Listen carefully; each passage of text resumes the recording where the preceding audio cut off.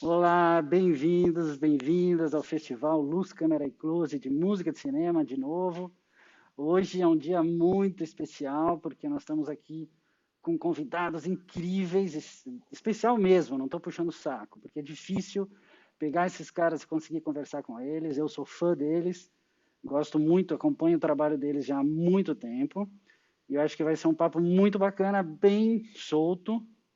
Eu até estava conversando aqui nos bastidores com eles, que a arte e a cultura está nos salvando, e, e a gente bolou essa história desse bate-papo com esse tema que é a fascinante arte da música para cinema.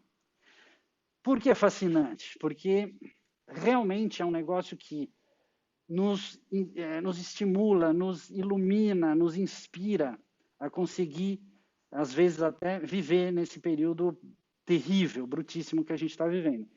Eu queria, antes de apresentá-los e de convidá-los, eu lembrei de uma expressão que o Victor Young, que é um compositor americano que fez muita trilha de cinema, falava um negócio muito legal, que até peguei aqui meu livro para falar certinho. Ele disse: por que um músico treinado abraçaria uma carreira que pede a exatidão de um Einstein, a diplomacia de um Churchill e a paciência de um mártir? Isso ele estava se referindo ao cara que compõe para cinema, né? Ainda assim, depois de compor para mais de 350 filmes, eu não consigo pensar em outra forma musical que ofereça tanto desafio, excitação e demanda criativa em colocar a música para funcionar. O cara amava a trilha sonora, né? E eu acho que esses dois aqui são umas cabeças criativas incríveis. Quero ter o prazer aqui de chamar para esse palco virtual o Antônio Pinto e o André Bujanra. Agora, o Danilo, que é o diretor, vai manter os dois na tela, é isso, né? Tchau, tchau, então. Moçada, muito obrigado. É lindo, acho que está cheio de gente aqui que é fã de vocês também. E a ideia, eu fiz essa introdução do fascínio e tal, porque realmente eu queria puxar um pouco o papo para vocês, porque vocês são loucos, né? Em primeiro lugar, os dois. E eu acho isso muito fascinante. Essa profissão é uma loucura, e não só a profissão, mas, enfim, a personalidade de vocês é muito inspiradora. Olha, se eu não vou introduzir o currículo de vocês, que ficaria só a live só comigo, né? Mas Antônio Pinto, desde Centauro Brasil, Abril Despedaçado, Cidade de Deus, Colateral, Senhor das Armas, Senna, Amy, até hoje, Mosquito Coast, que ele vai falar, que vai estrear. André Bujanra, Carlota Joaquina, Castelo Rá-Tim-Bum, Durval Discos, Carandiru, 12 Só um Trabalhos. minuto. É um absurdo. E agora ele foi fazer uma trilha rapidinho, porque ele é um compositor super rápido. Então, assim, são figuras absurdas. Antônio, muito obrigado. Tá aqui. Queria que vocês me explicassem da onde vem esse fascínio. Por que eu intitulei esse papo Fascinante Arte do Cinema? Por que você gosta de fazer música de cinema? Bom, eu vou deixar a palavra com o digníssimo, incrível, absurdo, gênio, gato, André. Obrigado. Ô, Tony, pô, que legal encontrar vocês dois aqui, mesmo que seja no virtual, não aguento mais, cara. Quero poder abraçar o Antônio, abraçar você de novo, tá? Tá difícil, mas assim, eu acho... Como é que é o nome desse cara que você falou? Ele fez 300 filmes? O Victor Young, que fez então. A Volta ao Mundo em 80 Dias. Né? Sim, o que eu acho é o seguinte, eu acho que realmente, eu acho que o Antônio também sabe disso, o cinema, ele, na verdade, ele é uma arte que engloba todas as artes. E, além disso, quando a gente faz um trabalho de cinema, a gente não faz um filme, a gente faz um espírito, a gente faz um ser humano, praticamente. Por isso que é tão maravilhoso, tão desafiador. Cada filme é um filme, cada diretor é um diretor, e você trabalha com tudo, né? Você trabalha com artes plásticas, com ator, com fotografia, E eu acho que é por isso que eu tenho muito tesão em fazer isso, porque eu acho que é a arte em que se tem todas as artes o tempo inteiro. Isso me deixa muito feliz. Ao mesmo tempo, é um trabalho muito egocêntrico, no sentido de muito individual seu, mas, ao mesmo tempo, ele não é individual, porque ele é um pedacinho, ele é uma célula ele é célula de um ser humano, praticamente. Eu não sei se eu expliquei direito, mas praticamente eu acho que é por isso, né? E tem também a liberdade. Eu acho que eu e o Antônio, a gente não por acaso, a gente é muito difícil ser filho do Antônio Abujanra, muito difícil, porque o cara é um picão, né? O cara é um picão, o cara é ao vivo, então eu posso falar palavrão, azar de vocês. O cara é um fodão mesmo, né, cara? Então, assim, pô, para ser filho do Antônio Abujanra, eu tinha que ser, no mínimo, muito fodão também. Ainda bem que eu fui para um lado de música que meu pai não sabia. E, porra, e a liberdade que meu pai me deu como artista me fez abrir muito a percepção do que eu queria fazer. E acho que é a mesma história com o Pinto. O Pinto é filho do Ziraldo, cara. O meu primeiro livro infantil é do Ziraldo. Meu, sabe assim, a gente tem água, sangue não vira água, então não é por acaso que a gente está aqui também. E tem outra coisa chamada estofo, né? Não é com um filme ou com dois filmes que você se torna um músico de cinema, é com 30, 40, é com uma história, né? Então, eu acho que está bem representada essa nossa live aqui, sem eu ser convencido. Depois até posso explicar um pouco sobre essa coisa de estofo aí. Fantástico. Essa coisa que vocês têm em comum de ter, vamos dizer, vir de famílias de pais geniais, né? Na verdade, não por eles serem geniais, eu acho que é por eles darem a liberdade da escolha. Eu nunca me lembro do meu pai ter falado um não para mim na arte. Ele não queria que eu andasse de moto, ele não queria que eu, né, fizesse umas loucuras, mas em arte ele nunca me negou nada, sabe? Em arte ele falou, faz o que você quiser. Eu acho que eu não preciso nem perguntar para o Antônio, que eu já sei a resposta dele. Eu queria acrescentar só uma coisinha. Uma coisa em relação ao... Eu concordo com tudo que você falou sobre o que é o fazer da música para o cinema. E eu concordo também que é um ser humano, mas eu vou fazer uma outra analogia, meio boba, assim. Eu diria que é um trem e que nós somos uma roda do trem, que tem 300 rodas, né? E ao mesmo tempo, uma outra coisa que é muito, muito maravilhosa, que eu também vou acrescentar, assim, acho que o André e eu, a coisa do Ziraldo e do Abu é uma sorte. Porque eu, por exemplo, quando eu era um menino de 5 anos, e eu vou te dizer que isso faz bastante tempo, quase que 50 anos,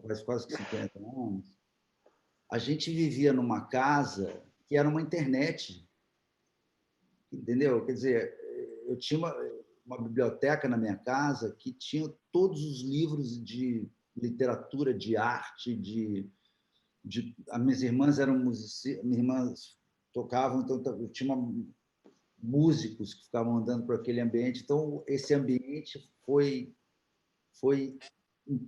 virou uma carne dentro da gente, e um acesso a essas informações muito cedo. Eu estou falando de 1970, 80, quando não existia nem CD, nem telefone celular. Eu vi televisão preta e branca. Eu pareço esse cara super jovem, mas não sou, entendeu? Né? E a outra coisa que eu queria dizer também sobre fazer a música para cinema, porque o André tem uma coisa que a gente tem também, que é essa coisa de você ser meio multi-instrumentista, de tocar guitarra, de tocar bateria, de tocar percussão, de ficar inventando, de tocar violino, de tocar cello, de fazer som. Então, essa coisa... E aí, como isso começou meio cedo comigo, e provavelmente começou cedo com o André também, a gente tinha que achar um lugar para colocar essa criação, que era, de uma certa maneira, solitária, né? Porque eu fiz muita música sozinho, e não tinha muito onde colocar aquilo. E quando eu achei a imagem para colocar aquilo, foi um amor à primeira vista que nunca mais saiu da minha vida. E eu acho que o André... O Tony, só tem um problema aqui, porque assim, eu amo o André me ama. A gente vai ficar puxando o saco um do outro aqui muito. Eu te aviso. Tô ligado, tô ligado. Inclusive, para a galera que está vendo e não sabe, na verdade, isso aqui também é uma reedição de um papo que a gente teve também, que eu convidei esses dois para bater um papo sobre isso em 2007. Foi num festival de cinema que veio o Ennio Morricone. Então eu brinquei com eles, vamos reeditar aquele papo, porque foi um negócio para mim muito marcante, foi muito incrível, foi lá na PUC do Rio, né? E eu lembro até hoje daquele papo de vocês, que já acompanhavam o trabalho de vocês.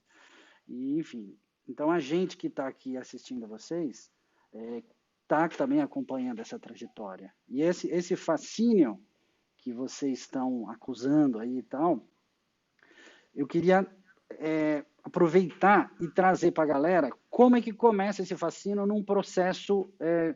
Eu sei que cada processo é né? Cada diretor é são processos muito diversos entre eles, mas para vocês, como é que se dá o processo de entrada do seu talento, do seu trabalho, enfim, num processo de uma trilha sonora, num filme? Queria que vocês explicassem para a galera que não está muito ligado tá, nesse processo. Como é que funciona no dia a dia? Como é que você entra no processo? No meu caso, eu comecei a tocar com 3 anos de idade, né?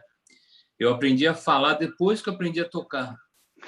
E o meu pai trabalhava sempre fez teatro, né? Então eu tomava leite na teta da minha mãe em coxia de teatro. Então, para mim, eu também tenho 55 anos, o Antônio deve ter 1 ano a menos que eu, ou 2 a menos, sei lá.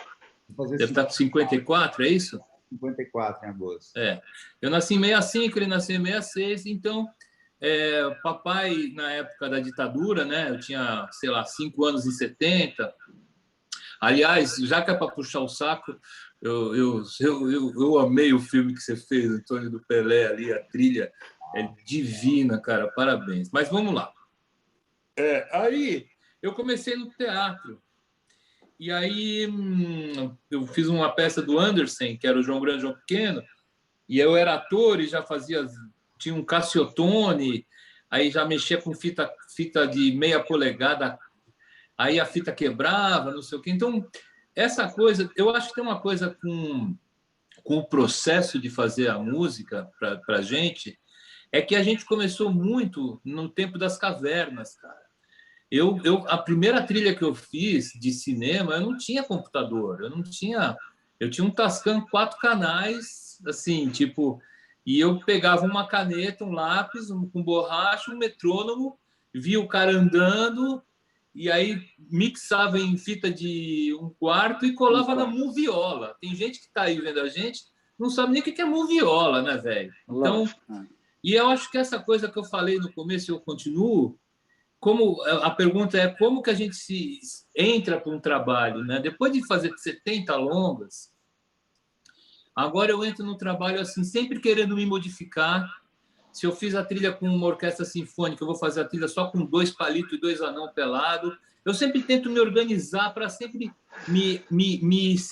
sempre improvisar dentro de mim mesmo, porque como eu sei que cada diretor é diretor, é claro, né? Por exemplo, eu fiz vários filmes com a Luísa Abrantes, com Beto Brant. Você vai criando uma sinergia com alguns diretores, mas e você vai criando alguns truques também. Eu acho que o Antônio também tem alguns truques, porque às vezes a gente não consegue ser maravilhoso e criativo o tempo inteiro. Então, é como um médico, né? O médico vai operar o coração, ele não fala, hoje eu não estou inspirado para operar o coração. Não, a minha profissão, a profissão do Antônio, a sua profissão, a gente é profissional no que a gente faz. Então, existem alguns truques para você sempre se dar bem. O meu truque maravilhoso é convencer o diretor que não precisa ter música. Porque, além de taurino e preguiçoso, eu realmente não gosto de música o tempo inteiro. Eu acho um saco, cara, quando os caras querem música. Eu falo, pelo amor de Deus, tira essa música daí, caceta. Não tem nada a ver ter música aqui. E quando eu consigo tirar, aí são as minhas melhores trilhas. Sim. Fazer um spotting, uma decupagem adequada, né? Não é botar Não é música só por tudo. adequada, cara, porque assim é uma roda do trem, entendeu? Então, assim, sabe o que é muito louco na trilha sonora para mim? Eu acho que o Antônio também acha. É porque, às vezes, você numa cena de luta, se você colocar uma coisa tensa e barulhenta, vai funcionar. Às vezes, se você colocar um Vivaldi, vai funcionar. Se você colocar duas mexericas estourando, vai funcionar. Cara, não dá para saber. E às vezes, se você não coloca nada, às vezes fica mais forte a cena também. Então, é por isso que cada caso é um caso. É como você. Eu já casei 5 vezes. Nenhuma mulher é igual a outra, né? Todas são complicadas. Eu também sou complicado, mas é diferente. Cada filme é diferente. Então, eu já nem me lembro mais o que você perguntou. Fala um pouco, Antônio. Não, adorei as analogias. Show de flores. Tônio, como que você entrou quando você entra nesse processo, como você prefere, pelo menos, entrar no processo? Olha, eu gosto de pensar, né? Porque justamente já foram tantos filmes e você vai... Todo filme é um curso, é uma aula que você tem, né? É uma aula que você tem de como lidar com o filme, de como lidar com os quereres dos diretores. E importante, quando eu digo isso, assim, eu acho que você tem que ir um pouco além dessa história do querer. Porque, assim, quando você está fazendo a música para um filme, você não está fazendo a música para um filme, você está fazendo um filme.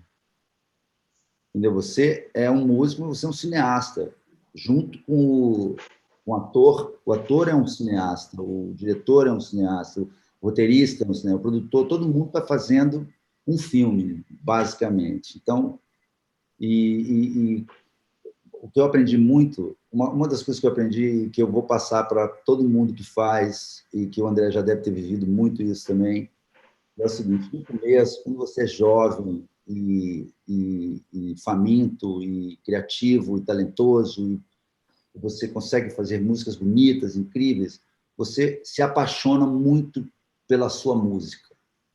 Você acha que você ama a sua música e você acha que aquela cena é foda, e é foda mais ainda por causa da sua música. E quando você começa a levar as primeiras 32 porradas do diretor ou do produtor, primeiro você começa... As primeiras vezes você briga. Você fala, não, porra, mas como assim? Não, você está louco, é lindo, olha, está lindo. E aí, aos poucos, você vai aprendendo que o amor que você tem pela sua música é uma cagada federal. O amor, sim, tem um amor pela história. E quando você aprende a ter o amor pela história, e eu vou te dizer isso, é uma coisa muito louca, eu acho que os últimos 30 filmes que eu fiz, eu recebi muito, mas muito pouco não. Porque você começa a entender, você começa a criar, você muda o ponto para um ponto em que você está colaborando, você está criando com o cara, entendeu? Já não é mais só uma entrega, uma coisa que eu sinto, uma frase que eu odeio, abomino, uma palavra que eu abomino, principalmente para a gente que faz arte, é a palavra cliente. Por favor, nunca fale cliente, porque o diretor não é seu cliente, o filme não é seu, não tem cliente. São artistas que estão elaborando juntos, que estão desenhando e etc. Então, o que eu gosto muito de fazer é esse segundo degrau do conhecimento, de fazer esse trabalho, que é você estar colaborando, você está criando junto, você está jogando, volta, e não é uma... E quando eu volto a falar do cliente, o cliente não é que ele fala assim, não gostei da sua peça, não é isso. Ele vai falar, porra, Antônio, eu entendi, mas é que a minha visão aqui era outra, saca? Aqui eu tô sentindo que você está deixando o cara emocionante, e não é para ele ficar emocionante, é para ele ficar estranho. Então você vai desenhando esse negócio. Tem uma coisa legal que eu gosto de falar, quando ele falou que você põe uma trilha um Stravinsky numa briga, ou que eu brinco, quando eu vou, de repente, dar uma aula de trilha e tal, que é assim, uma cena, você entra numa sala, num prédio em São Paulo à noite, e você está com um plano que você está vendo uma janela enorme com a cidade no fundo, e em pé nessa janela tem uma mulher segurando no espaldar da janela, olhando para fora. Olhando para fora. Se você põe uma música tensa, ela vai se matar. Assim. Se você põe uma música bonita, ela está olhando alguém lá fora. Se você não põe música nenhuma, você pode achar o que você quiser. Então outra coisa, a arte de fazer música para mim é uma coisa delicadíssima, super delicada, dificílima. É uma puta responsabilidade, né? Você pode mudar. Você pode fazer um tema lindo, maravilhoso, foda. Pô, chega lá e vira uma cagada fenomenal, entendeu? Uma coisa que se você botar um piano fazendo tom, tom, pode ficar maravilhoso. Sim. Maravilhoso. Eu também falei para cara, fui prolixo. Não, posso perguntar o que vocês acham a respeito disso, de uma colocação que o Morricone fazia, que eu acho muito interessante, tem a ver com o que você acabou de falar, de tipo, não adianta você fazer uma música maravilhosa, o que importa é o que ela está dizendo, né, naquela cena, qual a significância dela. Ele falava assim, cara, quando eu faço música de concerto, eu faço um disco com as minhas obras para mim, música absoluta e tal, é uma coisa, é um tipo de trabalho. Mas quando eu faço uma música para um filme, é uma obra que eu estou trabalhando, mas que está, de uma certa maneira, a serviço da obra de um outro autor, porque eu não sou necessariamente o autor daquela obra, que é o regista, é o diretor. Então, isso ele falava já depois de ser mega premiado, não é que ele... Quer dizer, já não precisava provar muito nada para ninguém. Mas, ainda assim, eu vejo isso como uma visão bastante clara da função da música, né? Da música como um elemento, um dos elementos, né? Desse conjunto da linguagem cinematográfica. Como é que vocês veem esse tipo de visão? A sua música que está a serviço da... Eu acho assim, quem mais vê um filme é o editor e o músico. Quem mais vê um filme? E assim, o Antônio já fez quantos filmes? Eu já fiz quantos filmes? Quer dizer, é um absurdo a quantidade de filmes que a gente fez. Né? Eu fiz 70 longas já. Então, um artista, eu vou voltar a falar isso, muito importante. Um artista, ele não se faz de um filme, de 2 filmes, de 3 filmes, ou de um disco, de 2 discos, ou de um livro, ou de uma pintura. O artista se faz de uma carreira, de uma vida. O Ennio Morricone fala isso, cara, porque ele teve uma vida nessa história. Né? Eu e o Antônio, a gente tem estofo. Não quer dizer que a gente é bom pra cacete, mas a gente tem uma história. Então, quando você vai fazer um longa-metragem hoje para alguém, quantos filmes um diretor brasileiro fez? Sei lá, famosão, vai. Vamos supor, 3, 2, eu já fiz 70, então... E eu sou o cara que mais vejo o filme, então, como eu concordo com o Antônio que a gente não faz, ele não é meu cliente, eu estou fazendo um filme com ele, eu consigo ver um monte de erro que talvez o cara nem veja. Então a gente mexe na edição, a gente com delicadeza, da mesma forma que ele fala que não gosta do filho, da música, eu já tenho, abujanricamente, o poder de chegar para o diretor e falar, essa edição está errada e tal, né? Mas uma coisa que eu acho muito, muito legal que eu descobri isso, trabalhando com o Babenco, foi que eu acho que tem a ver com o Morricone, que é o seguinte, quando eu faço a minha história, quem trabalha comigo sobre a minha batuta. Quando eu faço um trabalho para uma outra pessoa, porque não é cliente, mas ele está no comando, é o diretor. E aí eu aprendi a ser produzido. Cara, eu demorei também. Eu demorei para... Essa coisa que o Antônio falou é verdade, né? A gente acha do caralho a nossa música. É uma grande cagada, porque a gente tem que ornar com tudo. Quando alguém manda, que é o diretor, eu obedeço, mas... E aí, eu descobri um negócio no I Ching chinês, sabe aquelas moedinhas? A diferença do exército e da comunidade. Olha que bonito. O exército é um homem forte que comanda vários homens fracos. E uma comunidade é um homem flexível que comanda vários homens fortes.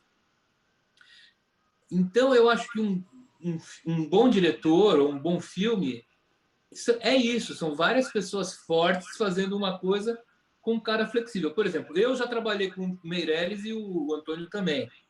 É um dos diretores mais flexíveis que eu conheço, porque ele trabalha com os puta ator, com os puta fotógrafo, com os puta músico, e ele sempre está dando sorriso, e se ele não gosta, ele é tão carinhoso ou não gostar que você se odeia quando ele não gosta, porque ele tem razão. Então, ele é um cara flexível, mas que trabalha com gente muito pica, entendeu? Eu acho que aí essa é a grande coisa. Ele sabe fazer isso. Isso. Um dos grandes talentos dele é saber fazer isso bem também. Isso. É você entender quem que vai te trazer entendeu? E reger essa orquestra, que é isso. Existe uma palavra em inglês chamada tool, que quer dizer ferramenta, né? A gente tem que saber qual a ferramenta que a gente vai entrar para fazer o trabalho. Não adianta você chegar com uma faca se você tem que ter um martelo, assim, é uma coisa muito... E é muito lindo, sabe, Tony e Antônio? A coisa que é mais lindo que tem é que eu me emociono muito quando eu vou fazer um filme, porque, na verdade, primeiro porque é sempre novo, não é uma coisa assim, vou de novo lá. Não, cara, é sempre novo. É mais legal que um jogo de futebol, porque no jogo de futebol você sabe que tem um goleiro, uma bola e 11 caras. No filme você não sabe. Você está entrando num outro planeta. Você chega num outro planeta com uma mochila vazia para conseguir colocar a tua arte lá, entendeu? As coisas é muito lindo, cara. Eu me emociono muito quando eu falo e quando eu faço isso. É uma das coisas que eu mais gosto de fazer mesmo, assim, né? É fascinante, né? Agora, puxando um pouquinho para essa história da relação entre o compositor e o diretor, acaba sendo uma relação meio que fundamental, né? Eu acho que queria que vocês explicassem para a galera que não sabe também, e puxando até uma pergunta que um amigo meu fez, o Alexandre Ingrevalo, que é um jornalista muito bacana de música de cinema, ele tem o Super 8 na Rádio Cultura, inclusive mandar um abraço para o Alexandre.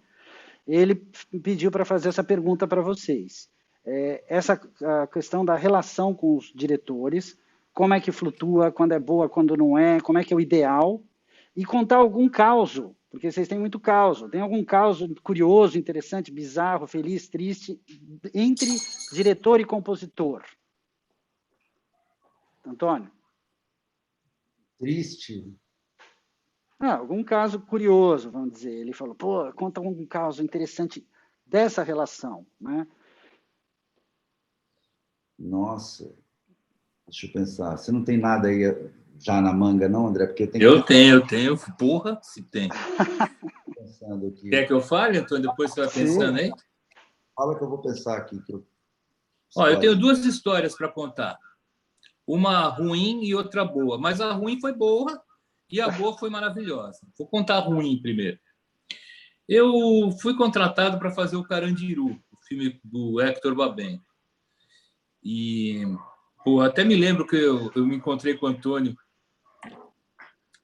Uma vez o Antônio falou assim, você faz uma trilha tão leve, com um filme tão pesado. Eu falei, a culpa não foi minha, mano. A culpa não foi minha, a culpa foi do Hector e tal. Mas aí, o que foi?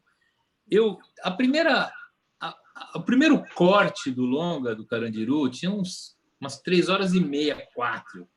Eu estava tão feliz que eu ia fazer. Eu cheguei lá, peguei o filme para fazer, fiz uma puta orquestra com hip hop, era hip hop, né? Era hip hop com orquestra, tá?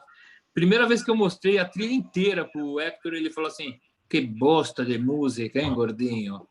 Eu quase matei ele, mas como eu estava ganhando bem, eu fui para casa, esmurrei a parede, aprendi, fiz umas 6 trilhas diferentes, até que no final acabou a luz do meu estúdio, eu estava no piano lá da sala, eu morava na Lapa, e tinha um passarinho cantando assim. Falei, passarinho me enchendo o saco. Falei, eu vou roubar a melodia desse passarinho. A trilha do Carandiru tem 3 notas, cara. Fá, mi, ré, só isso. Fame. Beleza, cara. E aí a brincadeira com a orquestra fazendo isso. O que eu aprendi com o Hector? Primeiro, eu aprendi que less is more, que ele fala less is more, menos é mais. Algumas coisas é verdade, ele tem a razão. Outra que me fudi, me destruiu totalmente por dentro, porque ele falava que a minha música era uma merda. Musiquinha, musiquinha. Então isso mexe muito com o ego, né? Para o cara que é grandão que nem eu, assim, que tem um ego grande, puta, eu queria matar o Hector. Mas eu não matei porque eu precisava trabalhar com isso. E aí consegui superar e foi legal. E que bom que eu consegui superar, porque o Antônio, além de eu amar ele, né? Na minha primeira casa tinha um quarto escrito Antônio Pinto. Por quê? Porque o Antônio, ele chegou para mim, me ligou e falou: Bu, eu tenho que ir para o México fazer um longa, só que eu não posso, que eu tenho que fazer uma operação. Eu indiquei você, e o cara viu, o Carandiru gostou de você, e o legal é que o cachê é do outro músico que já assinou, mas ele brigou com o diretor, então vai você mesmo. E meu filho tinha acabado de nascer, eu tava duro pra caralho. A hora que o cara falou o cachê que era, eu quase caí pra trás, bicho. Por causa do Antônio, eu consegui comprar uma casa. Depois me separei, dei a casa pra ex-mulher, me fudi todo, mas tudo bem. Mas ele me deu esse trabalho. Ele me deu naquele momento, de fazer valeu. Um filme no México. E nesse filme tem uma história muito linda que, olha só que legal. Teve um filme do Antônio, quando ele foi fazer, que a referência que deram para ele era uma música minha, Copo de Cólera, um filme mexicano, eu acho, um filme argentino, sei lá. E a referência que me deram para esse filme mexicano para eu fazer, que foi um filme grande, eram as músicas do Abril Despedaçados, eram as músicas do Antônio. Eu falei, caralho, que do caralho, sabe? E aí tinha uma cena, essa cena chama As Vozes Inocentes. Coloca no Google lá, um filme muito importante mexicano. Tinha uma cena, é um filme pesado, que os caras iam matar as crianças no meio de uma mata, assim. E aí o editor colocou uma puta trilha. Eu falei assim, pessoal, ó. Less is more. Less is more. Eu falei assim, meu, tira tudo aí, velho. Aí o diretor falou assim, Luiz Mandoca, ele falou, cara, mas essa é a cena mais importante do filme. Eu falei assim, meu, escuta o que eu tô falando, cara. Tira tudo, som de passarinho, de mato, de revólver, de tudo. Tira a música, a hora que vai matar o menininho principal. A hora que ele toma o tiro, o guarda que ia matar o menininho toma o tiro, aí volta tudo. Rapaz, foi a trilha mais bonita que eu fiz, Tony. Esse silêncio de uns 15 segundos foi a música mais bonita que eu fiz em toda a minha carreira, entendeu? E aí, quando volta, aí volta com tudo, né? Vem melando a calcinha mesmo, vem tudo, né? Essas duas histórias. Demais, demais. Sacadas, né? A história ruim eu não posso contar. Ok. Mas eu amo muito o diretor para contar essa história. Sim. Mas fala o nome do diretor. Mas uma coisa curiosa, por exemplo, que você me contou, que eu acho que não é nada demais, é como às vezes o diretor pega os kills que você faz para um trecho e monta com outro. Sei lá, o Michael Mann fez essas coisas, não fez? Trocou as ordens, quer dizer, fez opções que estavam meio fora do seu controle, não? Essa história é boa de contar. Conta. Eu fiz os dois primeiros filmes que eu fiz fora do Brasil aconteceram ao mesmo tempo. Eu fiz os dois ao mesmo tempo. Que foi um no México, que chamava Crônicas, que é um filme com John Leguizamo, que é um diretor chamado Sebastião Cordeiro. Eu amo esse filme. Esse filme é pesadíssimo. É uma história verdadeira de um serial killer na Colômbia, um dos maiores serial killers da história, que eu não vou contar o que ele fazia, porque é horroroso.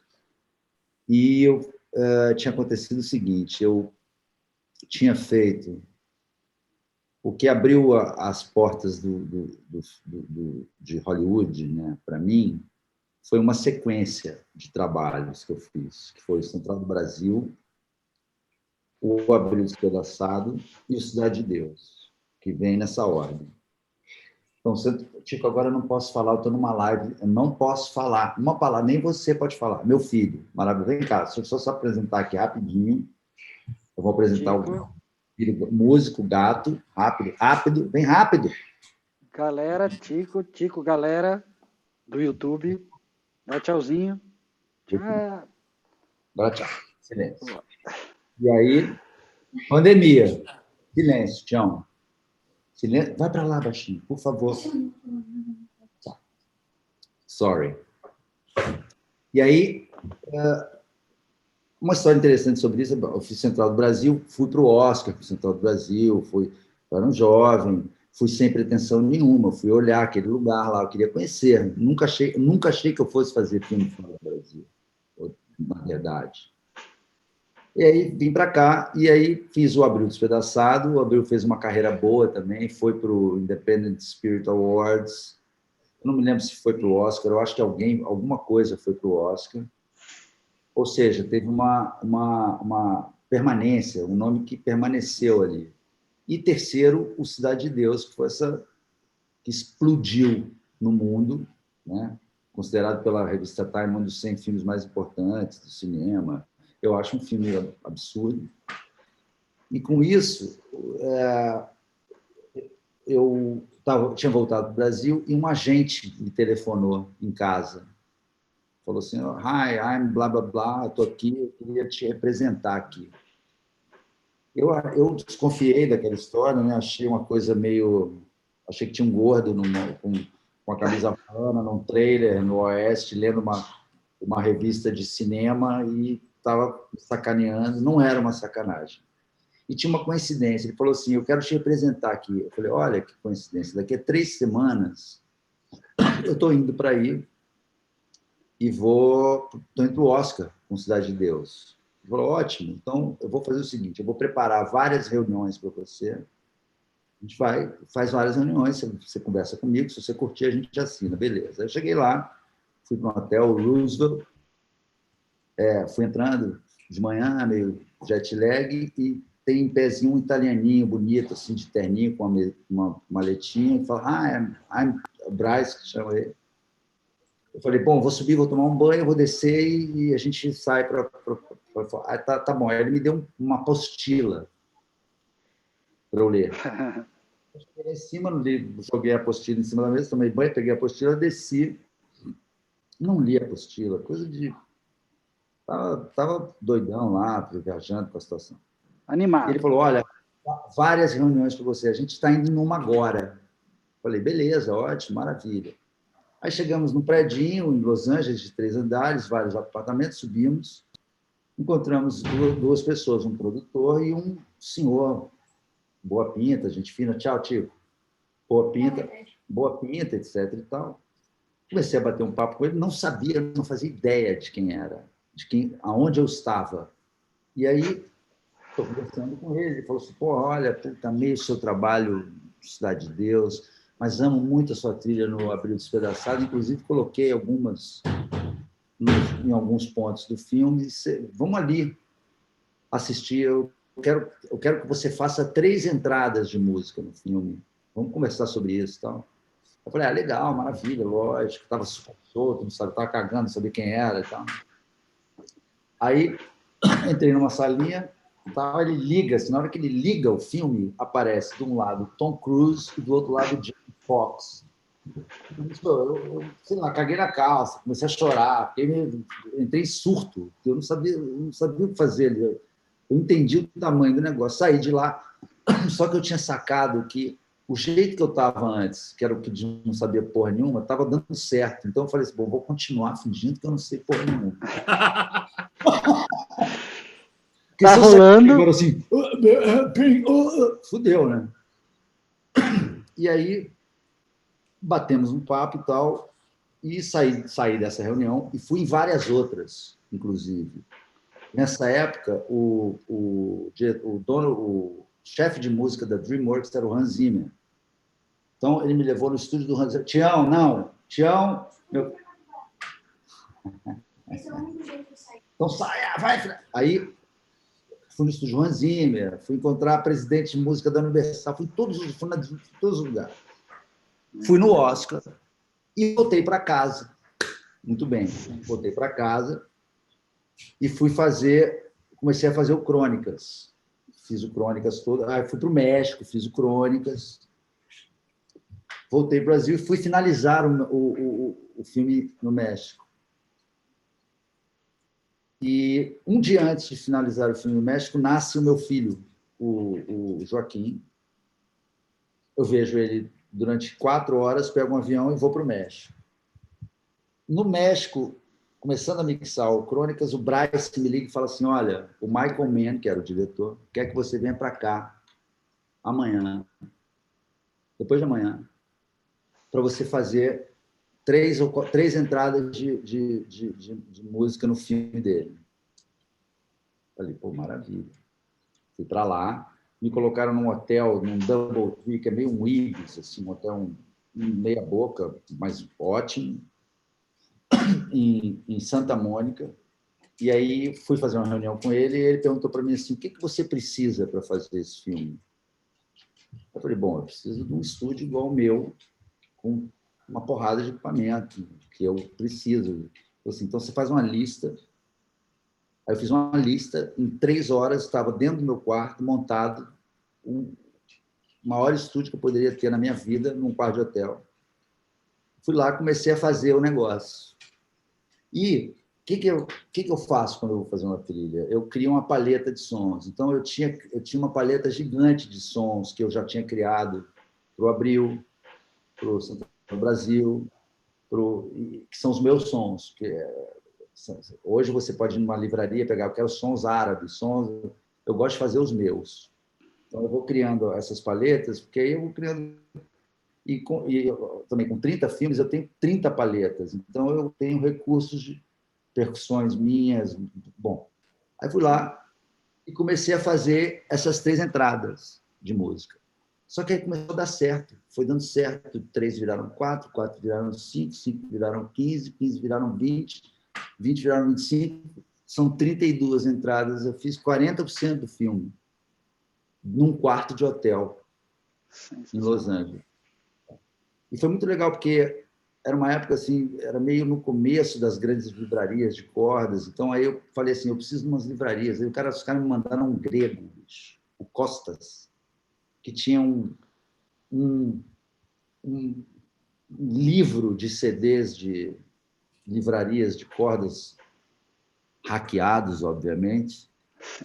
E o cara me encheu de material. Então, eu peguei aquele material das cordas todas, junto com os meus sons. Explica só um pouquinho para o que é livraria de A cordas. livraria é o seguinte, você hoje... desculpa, estou falando isso para o público dos entendidos, né?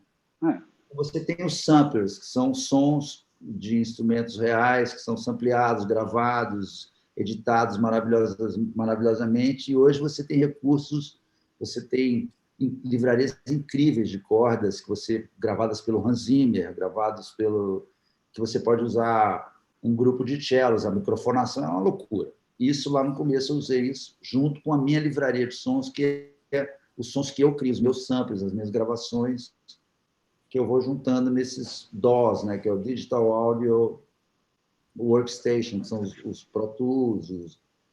Isso aí eu vou ficar 5 horas falando. Não. Sim, os programas que a gente usa para compor e produzir música hoje em dia, né? Eu preciso terminar a história.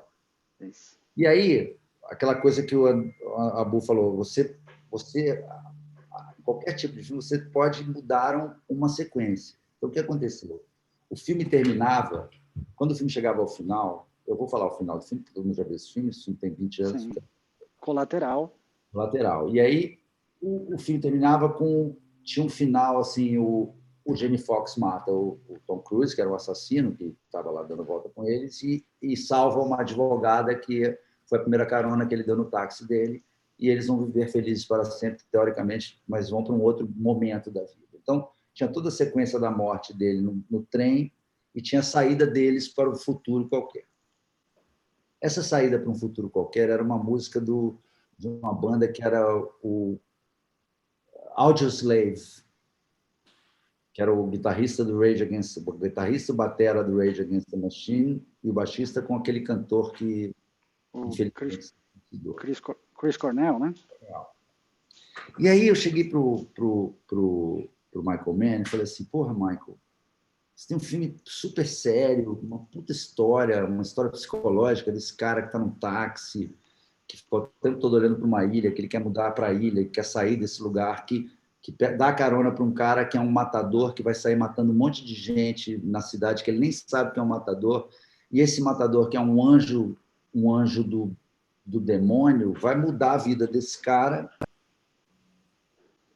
vai virar um amigo desse cara e vai mudar a vida dele por umas circunstâncias, e você vai acabar o filme com música do Audioslave, um rock and roll tocando. Você, você gongou essa ideia. Aí eu cheguei, não gonguei, falei. Eu continuei no papel do cara que não sabia quem era o Michael Mann, entendeu? Sim. Aí eu cheguei para ele e falei assim, cara, posso tentar fazer um hacking? Uma música como se fosse um hacking, ou uma morte, um renascimento e um caminho, e um caminhar para um outro lugar? Ele falou, pode. Aí eu fui para lá, fiz o hacking, virou o hacking, que é uma das músicas que eu fiz que mais é acessada hoje, ouvida hoje no Spotify, no etc. E muito bem, terminava a cena, esse hacking levava o trem e a história para o seu final. O trem ia embora, o Jamie Foxx ia embora, e eles iam para esse outro momento, a morte do cara e o renascimento desse outro cara. Beleza. Tudo certo, terminei, foi incrível, puta experiência. Voltei para o Brasil, gravei com orquestra, gravei nos estúdios, maiores estúdios de Hollywood, maravilhoso, jovem. E aí voltei para cá. Voltei para lá e fui assistir o filme. E aí assisti o filme. Quando chega na cena do hacking, eu quase tive um infarte, bicho. Porque acontece o seguinte, o Michael Mann é um gênio, mas ele é um louco. Ele trabalha com 6 music editors, 6 editores. Então, as coisas vão mudando. Então, quando eu fiz o hacking, por exemplo, tinham 32 cortes desse final diferentes. E aí, o que o Michael Mann fez? Ele manteve o hacking, só que de dentro do trem, até eles saírem do trem, ele queria uma outra coisa, que ele poderia muito bem ter me pedido, né? Que o certo seria ele falar assim, cara, olha, tá maravilhoso, esse ponto está funcionando bem, mas daqui até aqui, eu queria que fosse uma coisa mais pesada, mais sombria. E aí, o que o Music Editor... Na verdade, eu descobri depois, que a história fica mais interessante ainda, depois que um dos editores do filme pegou uma outra trilha minha de um outro lugar, colocou nesse momento do trem até o lugar onde a outra tocaria. Só que o detalhe é o seguinte, ele colocou a nova e deixou a outra tocando embaixo. Ao mesmo tempo, mixou as duas. Tempo, em tons e ritmos diferentes. Caos. Ou seja, a coisa mais para os nossos ouvidos, uma coisa horrorosa musicalmente, para mim. Foi até interessante. Eu estava lá com outro amigo que era um DJ, que era um cliente do Braz também, que ele falou assim, cara, o que esse cara fez? Porra! Só que a maioria das pessoas assiste o filme e nem percebe isso. Nem percebe. Eu percebi. Entendeu? Então, ficou horrível e bonito. Porém, está lá o final do filme, todo mundo viu o filme, todo mundo levantou, aplaude, maravilhoso. Eu terminei o filme assim. Mas no fim, volta um pouco aquela questão, resolveu a coisa que o autor da obra queria, né? Exatamente. Agora, eu acho que no mundo ideal e no mundo normal, isso seria um note que voltaria para mim. Sim. Entendeu? Falar assim, olha, Antônio, do minuto tal não está rolando. Faz esse... Eu gosto dessa música que você fez no minuto tal. Aí eu ia pensar, ia redesenhar musicalmente, ia fazer a história musical do jeito que ele queria, dali até aquele ponto, e ia fazer... Sim. Mas deixa eu terminar rapidinho, que tem uma curiosidade. Aí eu fui fazer um filme agora nos Estados Unidos. Aliás, um filme maravilhoso, que chama-se 9 Days, que não estreou ainda. Uma das trilhas mais bonitas que eu já fiz. Um filme foda pra caralho. E o Music Editor, que trabalhou nesse filme comigo, o Music Editor, para quem não sabe, nos Estados Unidos é uma coisa muito normal, é o cara que está entre o músico e o editor e o diretor. Ele é um editor da música, ele corta. Então, por exemplo, enquanto eu estou fazendo uma outra trilha, ele poderia estar fazendo isso que o Michael, o cara lá fez, de um jeito mais musical. Ele é mudo. E o Max era o Music Editor desse filme do 9 Days. E aí eu estou batendo um papo com ele, E ele, justamente, a conversa era essa. Alguma vez aconteceu uma conversa, eu falei assim, cara, você não acredita, bicho. Eu fiz o Michael Mann e, porra, o cara fez esses... Eu contei tudo isso para ele. Aí ele riu assim para mim, falou assim, Antônio, o editor que fez isso é meu pai. Sensacional. O pai dele é um pica, editor do Michael Mann, do Michael Bay, do Spielberg. O Sim, cara foi lá. E aí tem mais um detalhe, só para terminar. O Michael Mann é surdo. mas modo de falar. Não, ele tem uma surdez forte. Uau! Então, provavelmente, ele não deve ter ouvido que ficou uma merda o que o cara fez, mas achou incrível. Que resolvia a questão. E essa história incrível do filme de hollywoodiano, cheio da grana. Super incrível.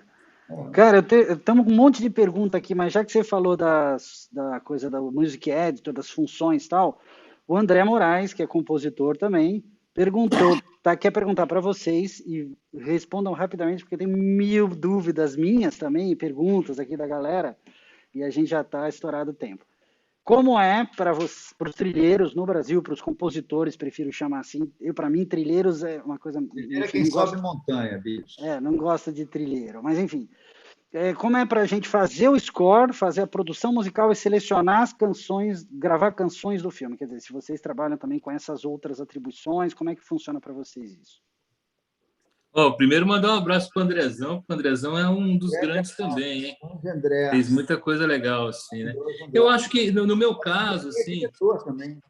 Ele é diretor também, eu sou ator, e eu também sou ator dos filmes dele também, eu também. O Andrezão é maravilhoso. Eu acho que existe uma coisa muito bonita, porque, por exemplo, eu e o Antônio, né? O Antônio ele faz essa paleta dele, né? Dos sons que ele grava, né?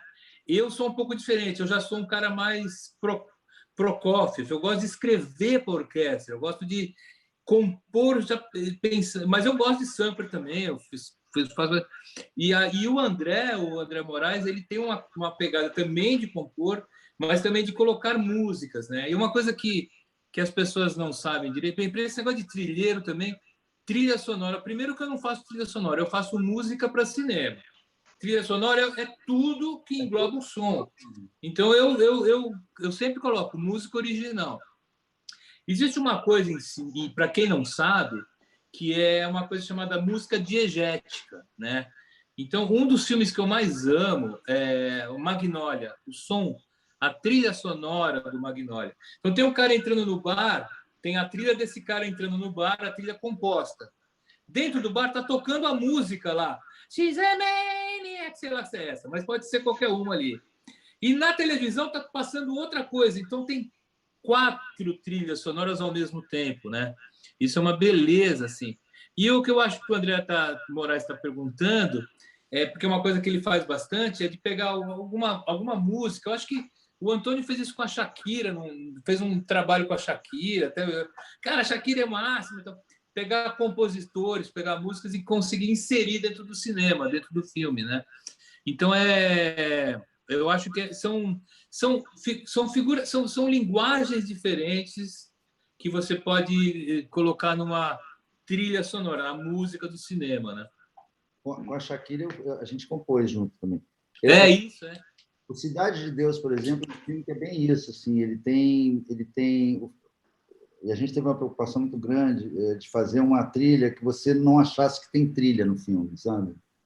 É como se você estivesse sempre lá, como se o som estivesse no lugar e tal. E é muito interessante, eu acho que a gente teve sucesso nessa ideia, porque você não sabe, mas tem 63 entradas de trilha no Cidade de Deus. Fora todas as canções que tocam, Kung Fu, Everybody Kung Fu Fighting, tem Nem Vem Que Não Tem, com Simonal, Tim Maia. Então, ali tem um jogo muito legal entre essa música que não é a diegética, porque a diegética é a música que está tocando no lugar, teoricamente. Né? Isso, A música que está tocando no bar é o que eles chamam de música diegética. Ela funciona como composição mesmo, né? Composição, como trilha também, mas né?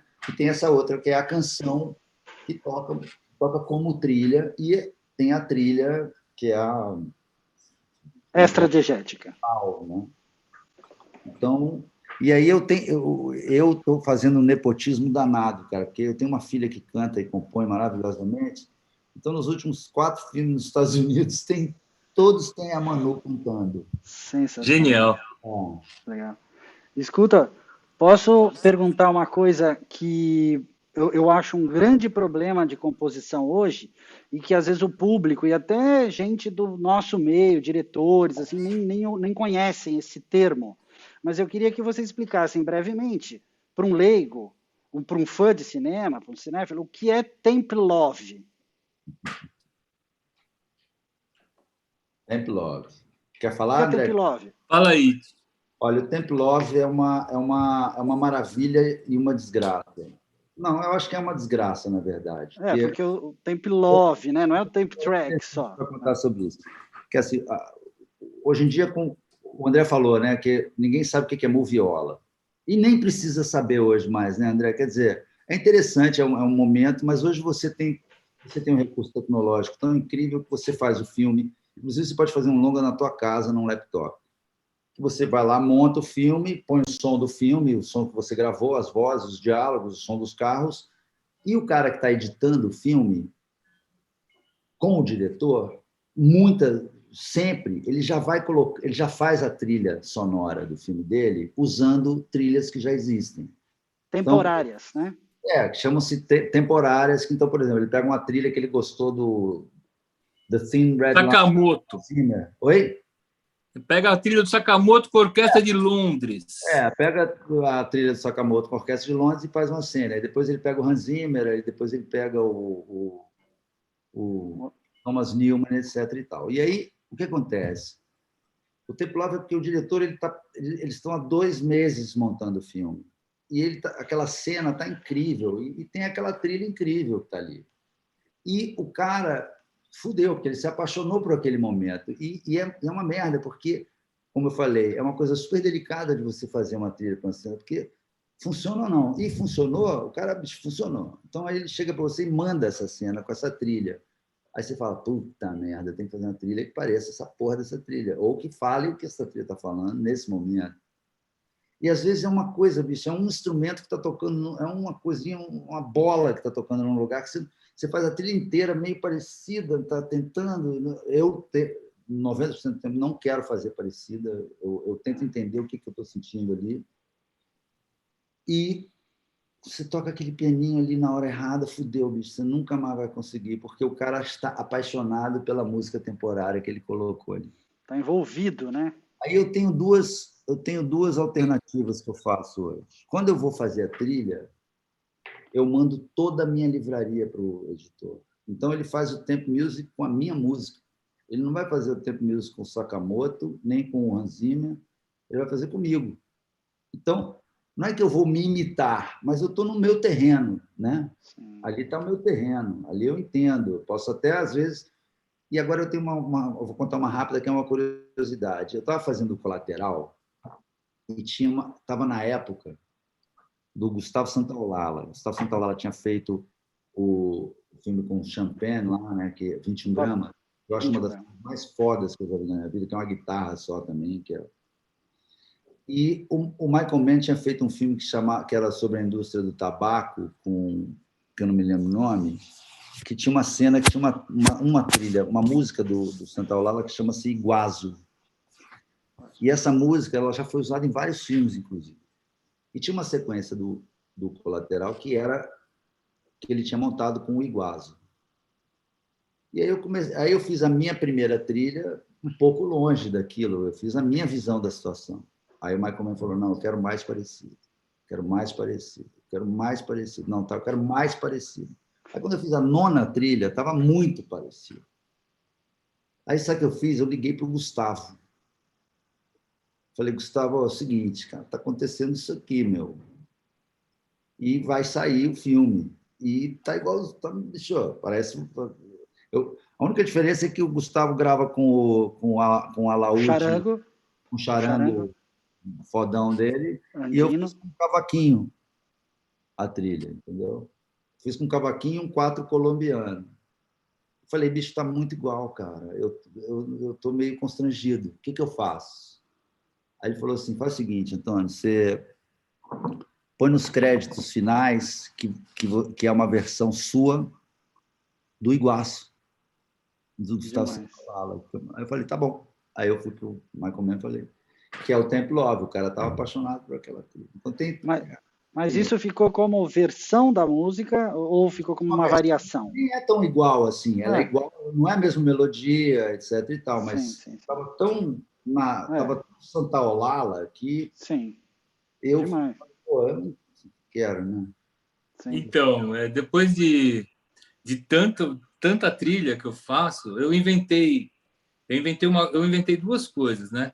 A primeira coisa que eu inventei é que eu já fiz filme pra cacete, eu já ligo pros caras e falo assim, não me põe em tempo, não põe referência, cara. Não me põe nessa merda que eu odeio. Eu odeio referência. Você vai fazer referência para fazer 30 segundos do shampoo? Tudo bem. Eu faço. Agora, um longa-metragem, não me coloca referência. Deixa eu fazer minha música. Eu já chego com os dois pés no peito. Com bastante delicadamente, clareza. Mas eu chego, né? Você vai ser, o Abu Janra é meio maluquinho, é meio maluquinho o cu. Eu já chego falando, não me manda essa referência de forma nenhuma.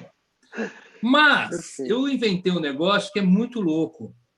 Eu inventei um negócio que eu já consegui em alguns filmes e eu me dei muito bem, que chama... Porque eu também não gosto de dar minhas músicas para o cara colocar, que nem o Antônio. Eu gosto de fazer, eu gosto de compor, cara. Aí o que eu inventei? Eu pego o roteiro do filme e eu faço um story... Não tem storyboard de desenho, storyboard, os caras fazem a... Eu pego a porra do roteiro e faço o storyboard da trilha. E aí eu faço a trilha sonora sem ver o filme, só lendo o roteiro e mando para o editor. Né? Mas aí com pedaços de música que você conhece, não entendi. Não. Eu componho o filme já. Ah, tá. Você já compõe eu já em faço cima a do música roteiro, do filme, sem o filme nem ter filmado ainda, velho. Perfeito. Eu fiz um filme assim, que é do Luiz Vilaça, o contador de história.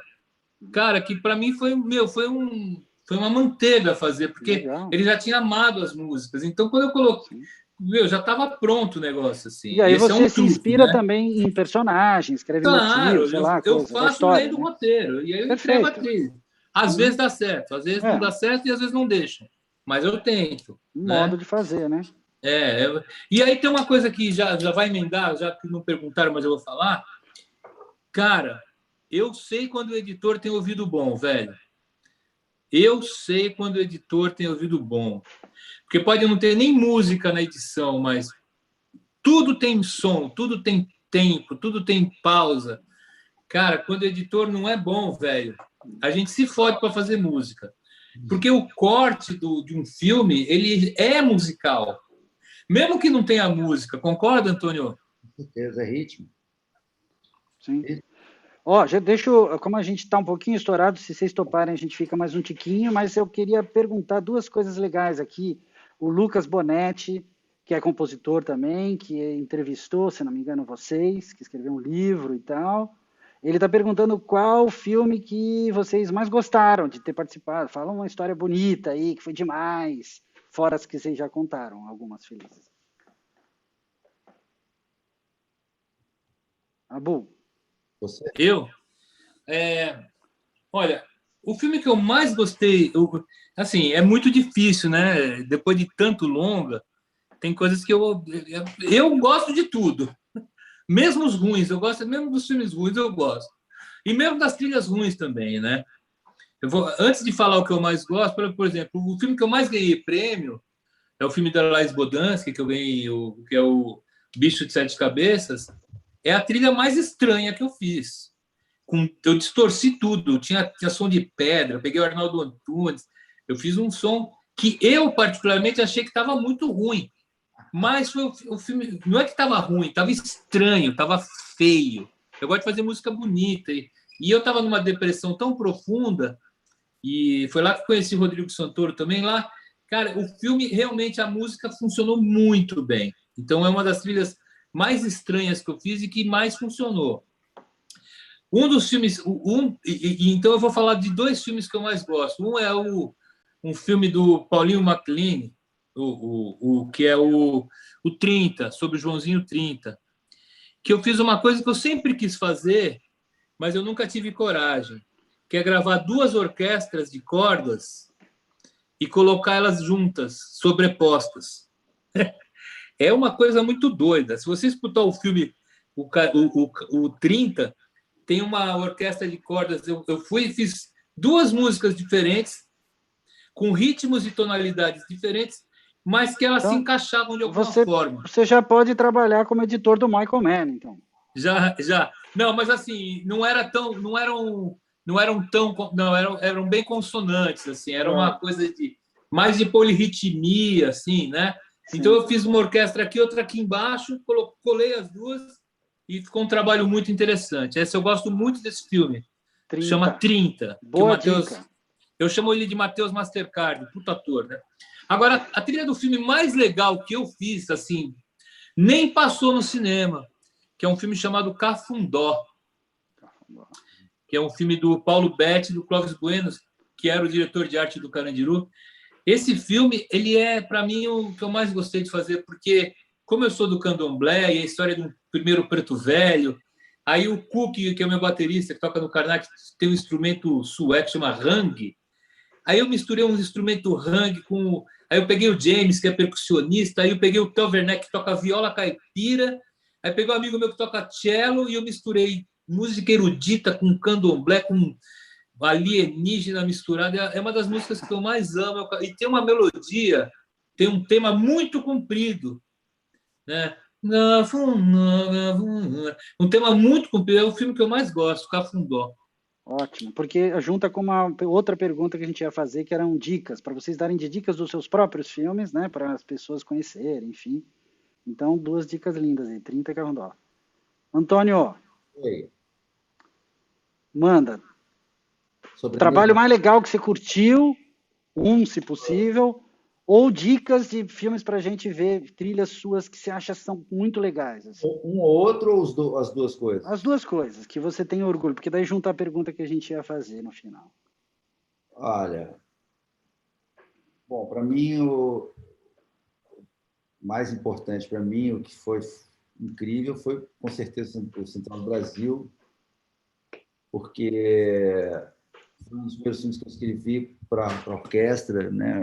E tive um mestre junto comigo, que foi o Jacques Morelenbaum, né? Que fez o filme comigo. Os outros 2 que eu mais me diverti na vida foi o Cidade de Deus, porque o Cidade de Deus também... Eu estava vindo do Abril Despedaçado, que era um filme super orquestral, enorme e tal, e teve uma decisão de conceito muito importante no começo do filme, que era a primeira frase que eu falei com o Fernando, quando a gente estava começando a trabalhar, eu falei assim, Fernando, não vai ter um violino no seu filme, nem um cello, não vai ter. Aqui é samba, percussão, funk. Inclusive porque o filme tem 3 atos, né? Que é o recomeço, que é quando a favela sai e vai para a Cidade de Deus. Então você tem a decisão da fotografia é que o filme está quente, então está tudo novo. É uma esperança de umas pessoas que estão indo de um lugar difícil, de uma favela, para um lugar onde eram prédios construídos, etc. Uma vida nova. Tem a segunda fase, que é quando os meninos começam a virar adolescentes e bandidos e querem ir para a Zona Sul e tem o funk, os bailes funks chegando.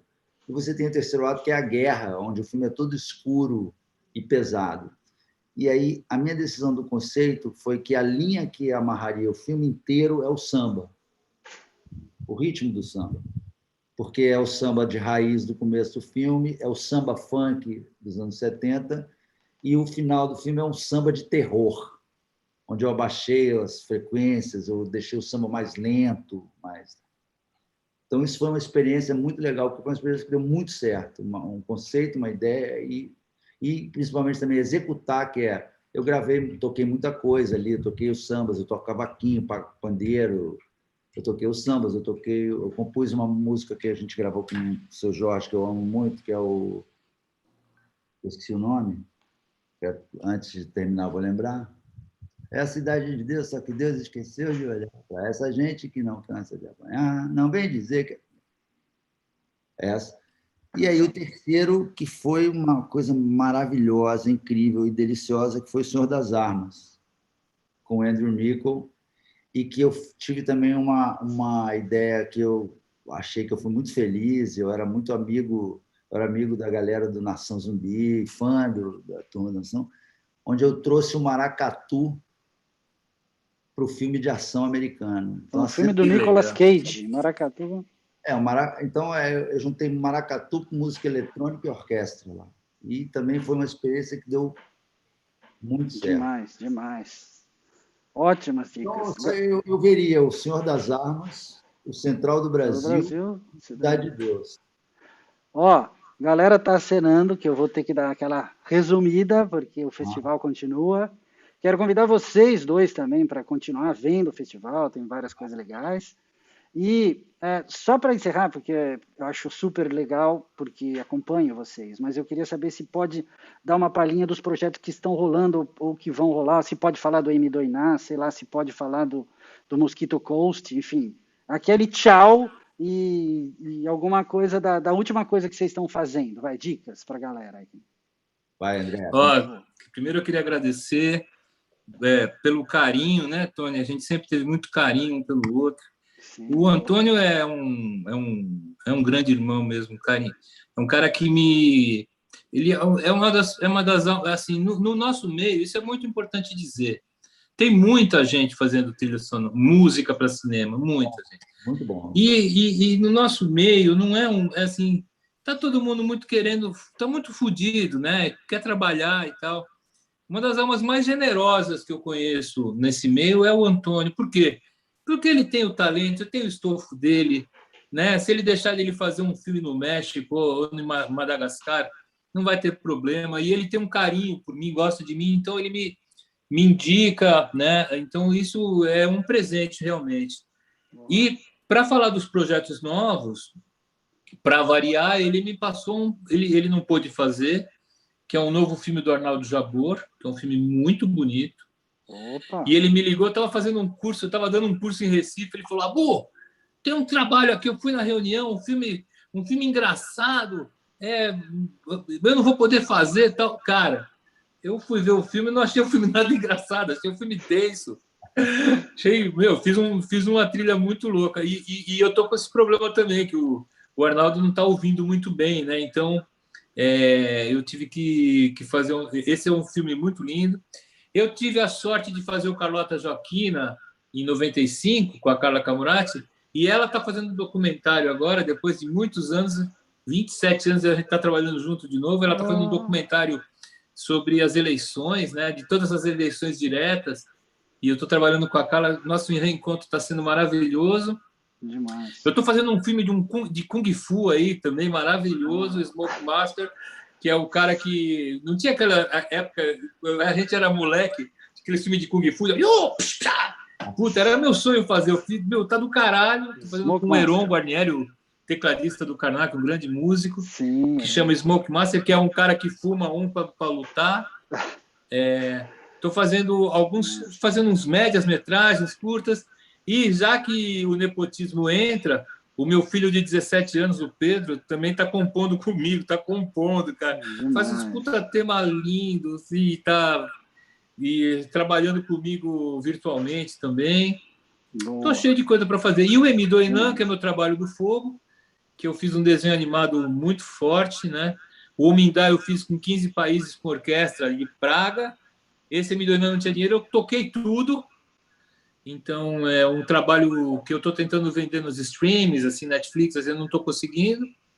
E estou aí, estou vivendo, estou muito triste que hoje a gente atingiu, sei lá, a triste marca de 400 mil pessoas, né? Então, é muito difícil, a gente que é muito sensível, a gente sente muito essa dor toda, né, cara, que está acontecendo. A gente tem que fazer alguma coisa, não é possível que continue assim. Mas é aquela coisa, né? E fora tudo isso, os artistas são, para essa direita escrota que existe aqui no Brasil, a gente nem serve para nada. Mas o cara que está à noite assistindo Netflix, o cara de extrema direita que acredita que a Terra é plana, ele escuta a musiquinha dele com a namorada, vê o Netflix. Então, nós somos muito importantes, os artistas. Somos muito importantes. Menos que os médicos, que as serventes que estão cuidando dos hospitais, menos que os enfermeiros. Mas nós alimentamos muito a alma das pessoas, cara. Exato. A nossa comida, ela não é só espiritual, ela é praticamente física, sabe? Como a gente está sendo importante nesse momento. Me deixa concordar muito. Agradecer também e mandar um beijo para todo mundo. Me deixa concordar muito com isso, porque é justamente o que a gente está tentando fazer no festival. Inclusive, estão rolando algumas homenagens importantes, pessoais, dos artistas, tal. É um momento muito bonito, ao mesmo tempo. Triste, né? Terrível, mas muito bonito. Antônio, dá uma encerrada aqui que a galera está já ficando. Eu queria falar. Não sei, você não quer falar do Mosquito Coast? A última coisa, só para a galera ficar ligada. O que você está fazendo? Eu não quero ficar fazendo propaganda. Eu vou falar só.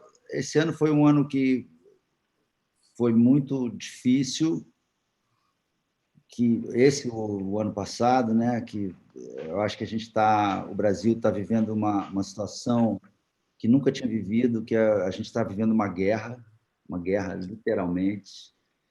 A gente tem um processo também acontecendo que é muito assustador, que são pessoas que estão no comando desse país, assim, que são eu não consigo, eu tenho vontade de vomitar, eu não consigo nem falar direito sobre isso, porque o que mais me assusta não é só o fato de que, quer dizer, eles foram eleitos, eles estão lá, é uma democracia, eles foram eleitos, mas quando você age da forma que essas pessoas estão agindo e que já estava dito antes delas serem colocadas lá, e não existe um movimento poderoso de uma elite econômica, empresarial, política e militar para tirar um cara desse, que está provocando, sim, um número. Eu acho que, eu não vou dizer que o Bolsonaro seja responsável por 400 mil mortes, mas por 399 mil ele você entende? Quer dizer, a gente poderia ter um número de 100 mil pessoas que ainda estariam vivas, e que são 100 mil pessoas, que são 500 mil pessoas da família dessas 100 mil pessoas. Quer dizer, isso aqui não dá nem para falar. Sim. E a outra coisa que eu queria falar rapidamente, assim, e muito assustadora também, além das pessoas que morreram, são as pessoas que estão perdendo tudo. Porque existe uma camada gigantesca da sociedade que não tem mais trabalho, que é o cara que tinha a van da escola, que é o cara que tinha o restaurante, que é o cara que tinha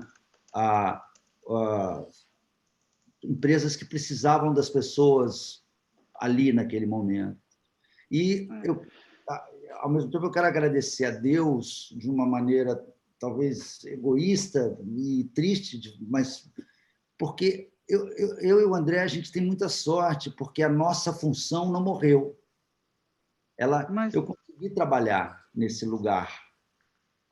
E eu queria agradecer a Deus, eu queria agradecer... Desculpa te interromper, mas eu tô realmente tocado, porque a gente está pensando muito assim também no festival. Esse festival é uma prova disso. A gente está tentando... agradecendo a possibilidade da gente estar também trabalhando e também tá podendo mostrar, dividir. Eu acho que as pessoas todas deviam se juntar para poder questionar essas outras pessoas. Sim, entendeu? Sim. E esse governo que não, sabe, que tem tanto dinheiro, por que não tem esse auxílio? Por que esse cara está fazendo lá ainda? Sim. O que esse cara está fazendo lá ainda? Sim. Esse cara... O Salles, desculpa, eu vou usar essa plataforma, nem que tenha para alguém, desculpem-me, mas é isso. E eu vou falar rapidamente, olha, está estreando amanhã na Apple uma série que eu fiz chamada Mosquito Coast, muito legal. Você tem o Pelé, que está na Netflix, vai estrear também na Apple Plus uma série que eu fiz agora, que é muito importante, que é uma série com a Oprah e o Príncipe Harry sobre saúde mental, que fala de um assunto que também é muito importante na pandemia e no mundo, que que é a saúde mental, que é a depressão, que é o suicídio, que é a solidão. Eu estou cheio de projetos, eu poderia ficar falando, graças a Deus, vários, mas eu vou falando aos poucos. Tem o Dom, que é a série do Breno Silveira, maravilhosa, da Amazon, que vai estrear em 200 países. Tem o Indian Detectives, tem o Joe Bell com Mark Wahlberg, tem o 9 Days, mas aí depois eu não quero ficar falando. Não, eu acho... E tem a ideia também, e tem a ideia da gente fazer alguma coisa junto no futuro, né? Só quero terminar, só falar uma coisa, André, desculpa. Eu queria desejar muito amor para todo mundo que está em casa, muita força, muito cuidado, muito cuidado. Eu queria agradecer aos médicos, aos enfermeiros, aos policiais, aos bombeiros, aos padeiros, aos motoboys, aos motoristas de ônibus, e que vocês, aos professores online, aos professores que vão dar aula, vocês são foda pra caralho. Vou chorar. Isso aí. Lindo. Meninos, muito obrigado. Muito obrigado, vocês são inspiração. Não deixa essa peteca ficar esse clima, não. A gente está aqui justamente para trazer uma coisa legal. Chora bonito. Moçada, queria agradecer todo mundo que está acompanhando a live. Tem um monte de gente ainda fazendo pergunta e tal. Infelizmente, a gente vai ter que dar essa encerrada. Vamos fazer uma live no Instagram, gente, de novo. Se demorou. Segue Antônio, segue a Bu, rede social, Instagram, tem gente perguntando como entrar em contato com vocês. AntônioPinto@mac.com, MAC, AntônioPinto@mac.com. Instagram. Abujanra@mac.com. Supersônica.tv. Aí. É o site da produtora. Pronto, tá gravado. @André_Abujanra, Instagram. Além de coisas ridículas, eu posto coisas legais também. Lindo. Já era. Obrigado, pessoal. Continua seguindo o festival Luz, Câmera e Close de Música de Cinema. Tem muita coisa legal. Daqui a pouquinho a gente tem uma outra live, por isso que esses caras estão cortando aqui. Vamos falar com a Lei Guerra, com o professor Nelson Guarniero. Amanhã tem espetáculo. Enfim, está sendo muito legal. E está sendo essa oportunidade mesmo da gente trazer uma coisa, trazer um pouco de luz, um pouco de arte, um pouco de sabedoria até. Vocês dois, para mim, são criativos, não são só compositores, são sábios. Então, beijo enorme para vocês. Valeu, pessoal. Obrigado, pessoal. Valeu, Antônio. Valeu, Tony. Obrigado, pessoal. Valeu, Paulo Bastos. Valeu, Paulo. Valeu, galera. Todo mundo aí.